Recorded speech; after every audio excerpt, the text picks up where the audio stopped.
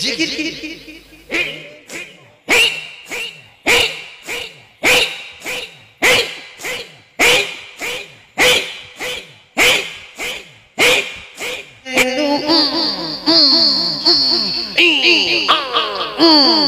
যেন কালকে উঠে ধরে ধরে সাপে যখন ওই ব্যাঙে ধরে ব্যাঙ ঠিক করে দেখবেন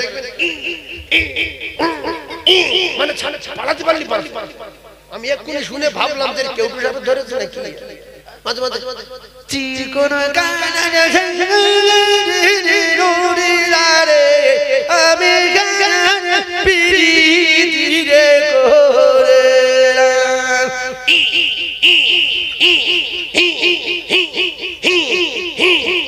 জিকির আর এখন নতুন করে বাংলাদেশের জিকির বেরিয়েছে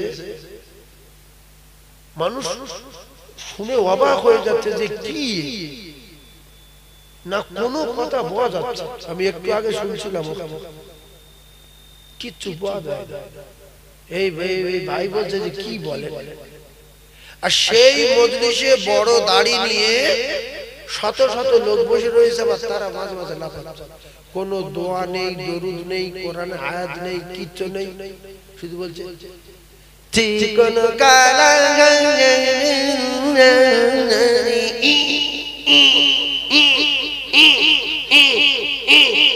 আপনারা বর্ষাকালে ব্যাংকটাকে দেখেছেন কেন মাইক ভাড়া দিয়ে আর প্যান্ডেল করে এরকম করছে কেন বিশ্বাস করুন এক্ষুনি দেখেছি আমি জানি না আমার ছোট মোবাইল আমার মোবাইল আপনারা দেখেছেন এই মোবাইল সারা জীবন এই যখন খারাপ হয়ে যায় পাল্টা আমার এই ড্রাইভারের ফোনে ছিল এই বাবুরা দেখাচ্ছিল এই বাবু এই আপনাদের কমিটির লোক জানে আমি বলছি তো আল্লাহ বল তোর কলম তো আর নষ্ট হয়ে যাবে কলম পরিষ্কার করতে গেলে বাম স্থানের দুয়াঙ্গের নিচে যে নোংরা ময়লা জং ধরে আছে বাপজি বলছিলেন ওইটা পরিষ্কার করতে গেলে কি হবে আল্লাহ জিকির করতে হবে কলেমা জিকির করতে হবে তাহলে পরিষ্কার হবে আরে কিচ্ছু বলে না শুধু চিটিংবাজি আর ভাইরাল হওয়া ধান্দা পৃথিবীর মানুষ আর বাড়ির মেয়ে ছেলে পুলে দেখবে শুনবে যে আল্লাহ কি সুন্দর জিকির করছে মাঝে মাঝে চিকন আমি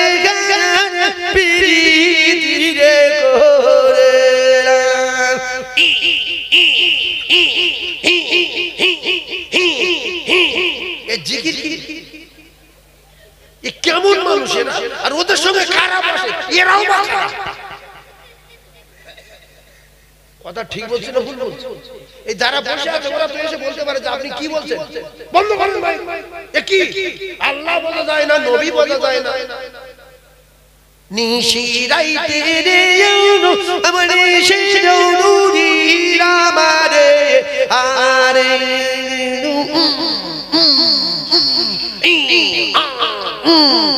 যেন কালকে উঠে ধরে ধরে সাপে যখন ওই ব্যাঙে ধরে ব্যাঙ ঠিক করে দেখবেন মানে পালাতে পারলি আমি এক্ষুনি শুনে ভাবলাম যে কেউ সাপে ধরেছে নাকি ভারতের মানুষের জিকির লা ইলাহা জোরে লা ইলাহা ইল্লাল্লাহ লা ইলাহা ইল্লাল্লাহ আল্লাহু আল্লাহ আল্লাহু আল্লাহ রহম করো আমরা পাপী তুমি ক্ষমা করো বলেন আল্লাহু আল্লাহ রহম করো আমরা পাপী তুমি ক্ষমা করো বলেন লা ইলাহা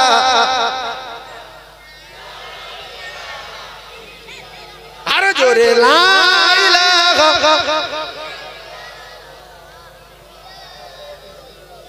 বলেন হাসবি রব্বি জাল্লাল্লাহ মা ফি কলবি গায়রুল্লাহ নূর মুহাম্মদ সাল্লাল্লাহু আলাইহি আরে জোরে লা ইলাহা ইল্লাল্লাহ মুহাম্মাদুর রাসূলুল্লাহ মানে বলে মুহাম্মাদার মাদার কার নাম মানুষ মুহাম্মাদার এটা মানুষের নাম, এখানে বলবো মাদুর, মুহাম্মাদুর রাসূলুল্লাহ, বাদে বলবো সাল্লাল্লাহু আলাইহি ওয়াসাল্লাম। আল্লাহর নবী জানান একবার শুধু সাল্লাল্লাহু আলাইহি ওয়াসাল্লাম বলবে, সাল্লাল্লাহু আলাইহি ওয়াসাল্লাম, তার নামে আমালে 10টা রহমত বর্ষণ হবে।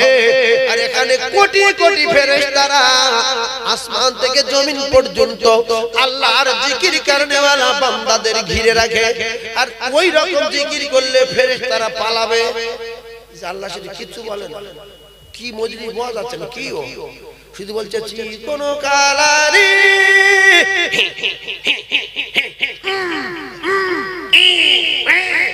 কত রকমের কাজ কারবার।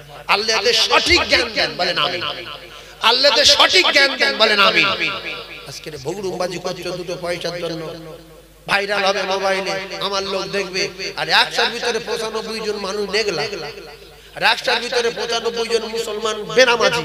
এরাই ওই ভিডিওগুলো দেখে, দেখে ভাইরাল হয়, দেখছে আমার এই বলে ভাইরাল হচ্ছে, আমি ওইগুলো করি। খবরদার, ওগুলো দেখবেন, গুনাহ না। কলেমা বলছে না আল্লাহ বলছে, শুধু চি চি শব্দ হচ্ছে। এই কথা ঠিক না বলবো? এ বাবু নিজে বুঝতে পারি, আমার বলছে হুজুর কি বলছি, কেন আমি বুঝতে পারছি না। শুধু চি চি করে শব্দ হচ্ছে, বুড়ো চি চি করছে, আর সামনে বড় বড় দাড়ি, এরকম কেউ কেউ কোমরে হাত দিয়ে ডান্স দিচ্ছে। আল্লাহ এদের সঠিক জ্ঞান দেন বলেন আমিন। যে কথা বলছিলাম কথা মাথায় রাখে, জোরে সুবহানাল্লাহ বলবেন, আল্লাহু আকবার বলবেন, আলহামদুলিল্লাহ বলবেন।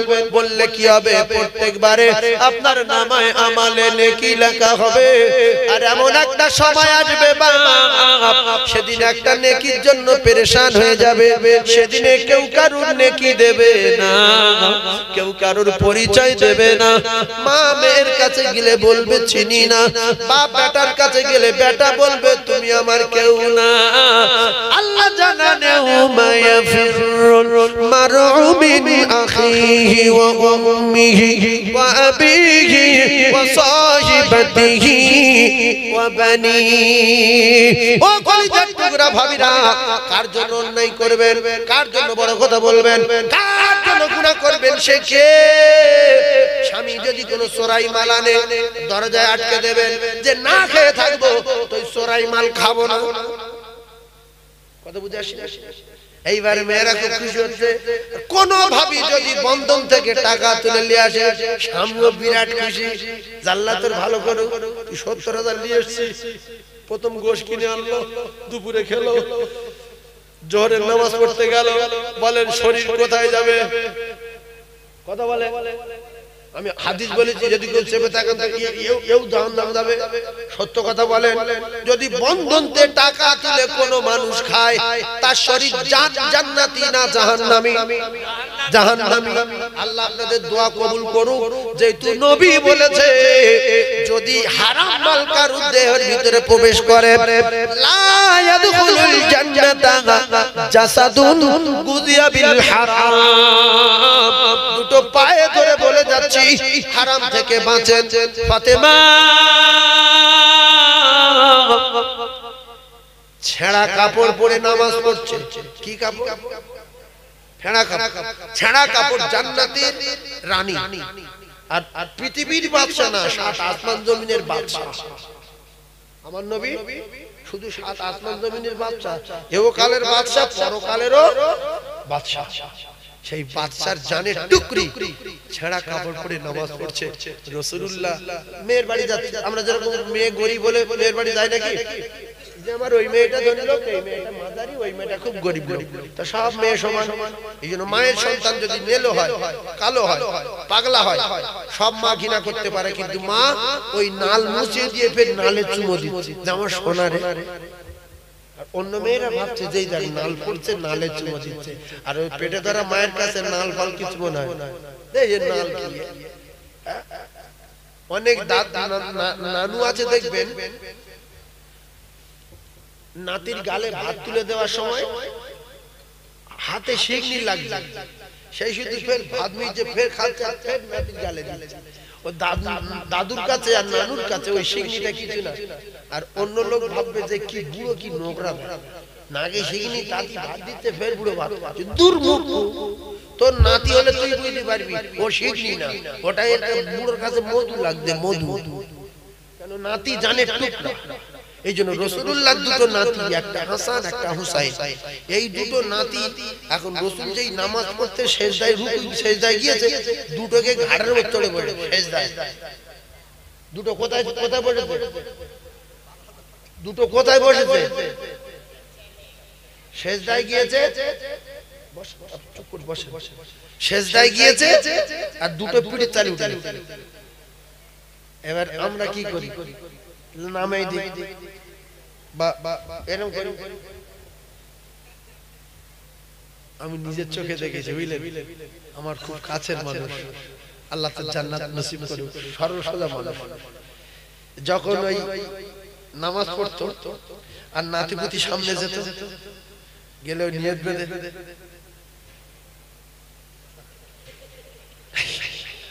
কথা বুঝতে মানে কি বলছে বলেন তো, পার্টির মধ্যে দাঁড়িয়ে রয়েছে এরকম নিয়ত বেঁধে আলহামদুলিল্লাহ মালিক ইয়াউমিদ্দিন ইয়াকরাম ওয়াস্তাইন ইহদিনাস সিরাতাল মুস্তাকিম, মানে সেজদা দেবে তো সেজদা দেবে ও দাঁড়িয়ে রুকুগুলি মাথায় লাগে, ও তো নিয়ে এরকম করছে কেন? বাচ্চাদের তো নামাজ নেই, বেগো না, বসে গেল, রুকু গিয়ে সেজদায় যাবার সময় হাত ধরে টেনে দিল, আবার পাশ করিয়ে দিল, বা কেউ কেউ সাইডে সেজদা দিল, বসে আছে। কিন্তু রাসূলুল্লাহ দুটো নাতি যখন কাঁদে উঠেছে, এবার রাসূল তো পিঠ ঝাড়া মারবে বা লেবে দেবে বা কিছু একটা করে উঠতে পারছে না, তো আল্লাহ জিবরিল পাঠালো, শোনে বলছে আমার দোস্তর ঘাড়ে উঠে দুই ভাই লাফাচ্ছে আর বলছে ঘোড়া চড়ছি রে, ঘোড়া চড়ছি রে, আমার নানু ঘোড়া রে, আমার নানু ঘোড়া রে। আল্লাহ এই দৃশ্য দেখতে পাচ্ছে না, পায় না। আল্লাহ বলে জিবরিল তুমি চলে যাও, আমার দোস্তকে বলো ওইভাবে সেজদায় থাক, এরা দুই ভাই লাফাচ্ছে লাফা, আমার খুব ভালো লাগছে, জোরে বলো, আরো জোরে বলো। আর এখনকার দুটো একটা নানু আছে, নানু জাত না, এ কিচ্ছু বোঝে না, না নামাজ বোঝে না, হাদিস বোঝে না, কিচ্ছু জানে, এ মুখু নানু। নাতি যদি এসে কাঁধে ওঠে, সাদা জামায় ধুলো লাগায়, নামাজ পড়ার সময় ঘাড়ে ওঠে, একটা মাটি থমনা গুঁড়ো করে দেবে, মেয়ের গালাগালি দেবে, কি বিশ্বঘাতক তৈরি করেছিস, আমার কাঁধে উঠছে। নাতিরা বলে আমার নানু আমি জোড়াচ্ছি তো ধুলো, তো ধুলো। আমার নাতিরা এই অবস্থায় পেঁপে খেয়ে, মিষ্টি খেয়ে, লেবু খেয়ে সঙ্গে সঙ্গে জামা পাল্টাচ্ছে, না করছি রাস না মারতে পারছি। ওরা নানুর বাড়ি আসবে, একদিন যদি মারিয়ার আসবে, মা যদি বলে চলো নানু বাড়ি যাও, নানু বাড়ি যাবো না, ও নানু মেরেছে। আল্লাহ বলে জিবরিল আমার দোস্তকে বলো জানো না ওঠে, ওদের না নামিয়ে দেয়, ফেলে দেয়, দুটো জান্নাতের সরদার ঘোড়া চড়ছে, জোরে বলুন, আরো জোরে বলুন সুবহানাল্লাহ। এই বুড়ো, তুই বুড়ো, এই বুড়ো, এক বুড়ো শিগগিরি শুধু ভাত গালে দিচ্ছে, আর এক বুড়ো কা শিগগিরি উঠছে। বাবা কি নোংরা বুড়ো দা, তোর নাতি পুতি যদি হতো তুই বুঝতে পারতিস নাতির উপরে কত মোহাব্বত। এই জন্য বহু ভাবি দেখবেন শ্বশুর শাশুড়ির মারতে পারে না, গালাগালি দিতে পারে না স্বামীর চাপে, তাই শ্বশুর আর শাশুড়ি জব্দ করব বলে নাতির পেটে যে এদের মারলে বুড়োর গায়ে বাড়ি ভরবে। কথা ঠিক বলো না? তখন বুড়ো বলে যাই আমার মার বাড়ি, আমার মার হাত দিবি, বলছে আমার ছেলের আমি করছি, তোর ছেলে লাঠি দেয়, এবারে আমি তেল লাঠি কাটবো, কিছু তো আছে। বাপ আসলো সৌমুখ এসে বলছে কি হয়েছে, ওর শ্বশুর মেরেছে, কেন বললো? এবার ছেলে ধরে মারছেন বলে মেরেছে। তাহলে এ যদি মুখ না হয়, ওর মেয়ের বলা দরকার মা তুমি তো মারছিলে তোমার ছেলে, ছেলেটা তোমার শ্বশুরের নাতি, তাহলে তোমার চেয়ে কত বেশি ভালোবাসো তোমার শ্বশুর। দেখো তোমার ছেলের মারছে আর মারগুলো যেন তোমার শ্বশুরের গায়ে পড়ছে, তাই শ্বশুর আটকে দিয়েছে আর শ্বশুর তোমার মেরেছে। আমি তোমার বাপ বাটে জন্ম দেওয়া, কিন্তু টাইটেল পাল্টে গেছে, লস্কর ছিল মোল্লা হয়ে গেছে, এখানে মাটি হবে, এই তোমার বাপ। শ্বশুর তোমার মেরেছে মনে করো আমার আব্বা মেরেছে, ভাই কিছু মনে করো না, আমার মেয়েকে ক্ষমা করে দিও, ও উল্টো পাল্টা কথা বলেছে, কিছু মনে করবে না। তাহলে কি হতো? আল্লাহর আরো খুশি হতো। দুজন বলছে আরে কেন মেরেছে? নাতির মারছিল, আমার কলিজার টুকরা নাতি। এই জন্য যারা 8 কিলো যাদের বাচ্চা কাচ্চা হয় না, এদের দিলে দয়া মায়া কথা বলছেন, বাচ্চা কাচ্চা মায়া দেখায় তো আল্লাহ ভেবে চিনতে বাচ্চা দেয়। কাঁদ দিলে সহ্য হবে, কাঁদ দিলে হবে না। দুটার লোক আছে বাচ্চা কাছে থেকে বিরাট ঘৃণা করে, আছে না নাই? আর রাসূলুল্লাহ বাচ্চা দেখলে বিরাট যে আমার জান, আমার কলিজার টুকরা, আমার নয়নের পুতুলি। জোরে বলুন সুবহানাল্লাহ, আর জোরে বলে রাসূলুল্লাহ মায়েদের ভালোবাসতেন। ও ভাবিরা, খালারা, খুব ঠান্ডা মাথায় তত্ত্বগুলো বোঝার চেষ্টা করো। আল্লাহর নবী দিন দুনিয়ার বাদশা, বিশ্ব নবী এত ভালোবাসতেন আমাদের মায়েদের। আমাদের মায়েদের মানে রাসূলুল্লাহর স্ত্রী, আমাদের সকলের কি মা। রাসূলুল্লাহর স্ত্রী আমাদের মা হযরতে মা আয়েশা সিদ্দিকা রাদিয়াল্লাহু তাআলা আনহা। রুটি করতে করতে বাচ্চা মানুষ, আমরা কি রকম বলি? মেয়ের বাড়ি গিয়ে জামার বাড়ি, যে বাপ নতুন মেয়ে বাড়িতে কাজ কাম করতো না, একটু মানিয়ে নিও। রাসূলুল্লাহর স্ত্রী নতুন রান্না করতে করতে যখন রুটি করছে, রুটি করতে করতে রুটি তৈরি করে রাখে আর ছাগলে নিয়ে পালায়। কি কষ্ট হচ্ছে মনে মনে, আমি কি করব, একটু জিরিয়ে নিতে গিয়ে রান্না ঘরে ঘুমিয়ে পড়েছে। আল্লাহ রাসূল দেখলেন যে তো সব ছাগলে খেলো। আল্লাহ নবী দিন দুনিয়ার বাচ্চার স্ত্রী আয়েশাতুল হুমায়রা ঘুমিয়ে পড়েছে। আল্লাহ রাসূল গিয়ে আটা ছানলেন, খামির মারলেন, রুটি বেললেন, রুটি তাওয়াতে রুটি করলেন। তখনও মা আয়েশা ঘুমাচ্ছে। ও পুরুষেরা, ও মানুষের বাচ্চারা, স্বামীর জাতেরা দেখে আল্লাহর নবী আটা ছানলেন, খামির করলেন, রুটি করলেন।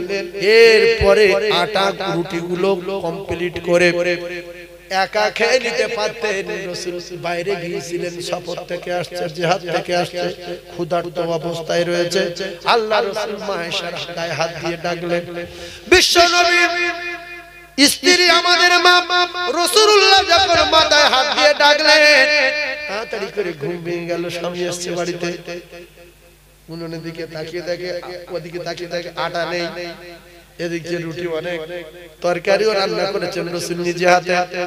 মা আয়েশা বললেন, ইয়া রাসূলুল্লাহ, বলছে আয়েশা লজ্জার কারণ নাই, আমি তোমার স্বামী, তুমি কষ্ট করে ঘুমিয়ে পড়েছো, তোমার তৈরি করা রুটিগুলো বকরিতে খেয়ে নিয়েছে, এখন আমি রুটি বানিয়েছি, সবজি বানিয়েছি, এসো দুই স্বামী স্ত্রী একসঙ্গে খাই।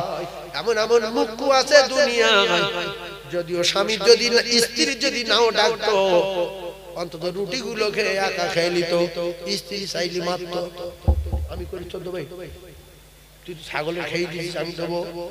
এছাড়া স্বামী যদি কাজ করে আসতো, স্ত্রী যদি ওইভাবে রান্না করে ঘুমাতো, প্রথম তো লাঠি দিয়ে সাবাট করে ঝাড়তো যে আমি মাটি কেটে আসছি, তুই ঘুমাচ্ছি।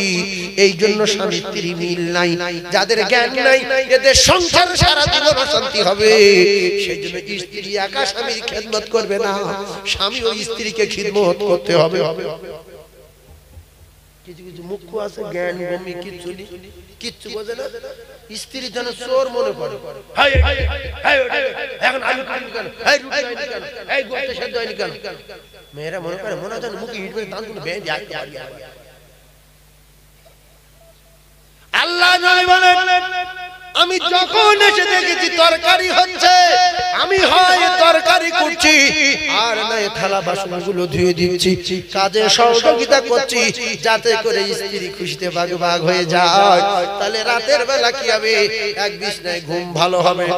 স্ত্রীর যদি ওইভাবে ব্যবহার করো, রাত 10টার সময় এসে পানি গরম কর, ডিম ভাত, পেঁয়াজ পোস্ত, আমাদের গরম পানি কর, এটা কর, ওটা কর, কাঁদতে কাঁদতে করলো, বিছনায় শুয়েছে। এইবারে স্বামী গায়ে হাত দিয়ে টানতে ঘুরে বলছে গায়ে হাত দেবে না, সরো, ছুঁইবে না, বিয়ারা লোক। তুমি রাত্রি দিয়ে শুয়ে করতে কেন? তাহলে পাশে বসে যদি বলে তুমি একটুখানি গরম পানি করো, আমি উনুনে জাল দিচ্ছি, খুশিতে কলিজাটা ভরে যেত। আল্লাহর নবী দিন দুনিয়ার বাদশা বিশ্ব নবী হাবিবুল্লাহ জানা ও ভাবিরা খালারা, কোন স্ত্রী যদি তার স্বামীর জন্য বসে থাকে, অপেক্ষা করে স্বামী আসলে খাবো, সংসারের শান্তি বজায় রাখার জন্য স্বামী আসলে খাবো, ওই সংসারে আল্লাহর রহমত হবে। স্বামীর জন্য যতক্ষণ অপেক্ষা করবে কলিজার টুকরারা, নফল ইবাদত করা সওয়াব ওই স্ত্রীর নামায় আমলে লেখা হবে। ও ভাইরা, স্বামী আসলে খাবে। মা খাদিজাতুল কুবরা বলে আমার স্বামী যতক্ষণ না আসবে আমি খাবো না, কারণ আমার নবীর আব্বা নাই, আমার নবীর মা নাই, আমার নবীর দাদু নাই, আমার নবীর চারিদিকে শত্রু, আমার নবী যতক্ষণ না বাড়ি আসে আমি খাদিজা খানা খাই না, এমনকি বিছনায় শয়ন করতে পারি না। এজন্য রাসূলুল্লাহ বলেছেন খাদিজা রে খাদিজা, আমি আজ পর্যন্ত কোনোদিন দেখলাম না দুবার ডাকতে হয়েছে। আমি যখন যে অবস্থায় আসি, যখন আসি, রাতে আসি আর দুপুরে আসি, দরজায় টোকা মারি খাদিজা বলে ডাকি, সেকেন্ডের ভিতরে দরজা খানা খুলে যায়। খাদিজা বলো ব্যাপারটা কি? তুমি কি ঘুমাও না? তুমি কি খানা খেয়ে আরাম করো না? বলে ইয়া রাসূলুল্লাহ, আপনি আমার জীবন, আপনি আমার জান, আপনি যখন বাইরে থাকেন আমি খাদিজা শুতে পারি না, আমি খানা খেতে পারি না, আপনার অপেক্ষায় বসে থাকি।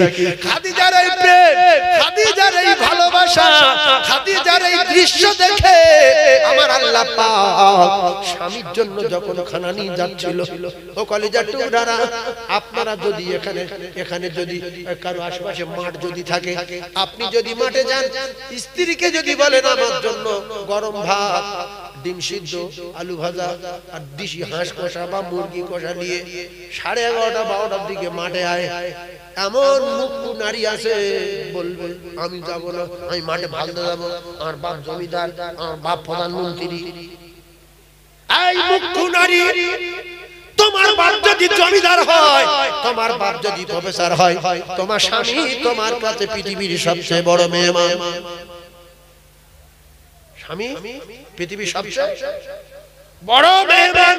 শুনে রেখে দেন, আপনি ভাত নিয়ে যাবেন, বরকা পরে যাবেন, মুখ ঢাকা দিয়ে যাবেন, বিপর্দায় যাবেন না। মা খাদিজাতুল কুবরা রাদিয়াল্লাহু তাআলা আনহা রাসূলের জন্য পানি খাদ্য নিয়ে গারে হিরায় যেতেন। কোথায় যেতেন? সেই গারে হিরায় ভাবিরা মা খাদিজার পায়ের চামড়া কেলিয়ে যেত, দরদর করে রক্ত বার হয়।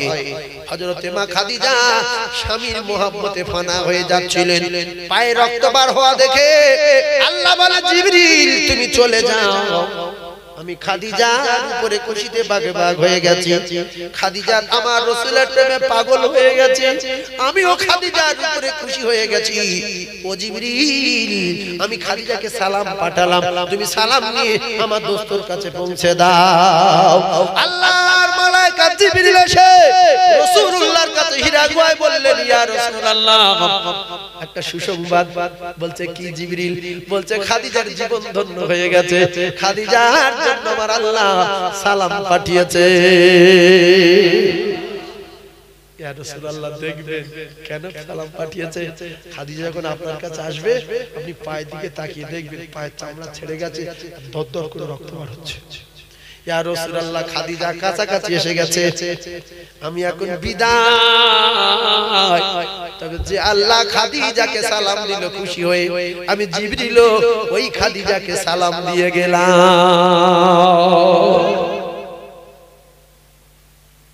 আর এখনকার ভাবিরা কারোর সঙ্গে সালাম দেয় না, ওই একটা ভালো জিব্বার করার আগে সালামটা দাও। মা আসুক, চাচি আসুক, দেওয়ার আসুক, আপনার কিনা ভাসুর আসুক, আর গ্রামের সেই ছকিনার মা, আব্দুর রহিমের মা, এর মা, তার মা, বড় ভাই আসুক, আসসালামু আলাইকুম।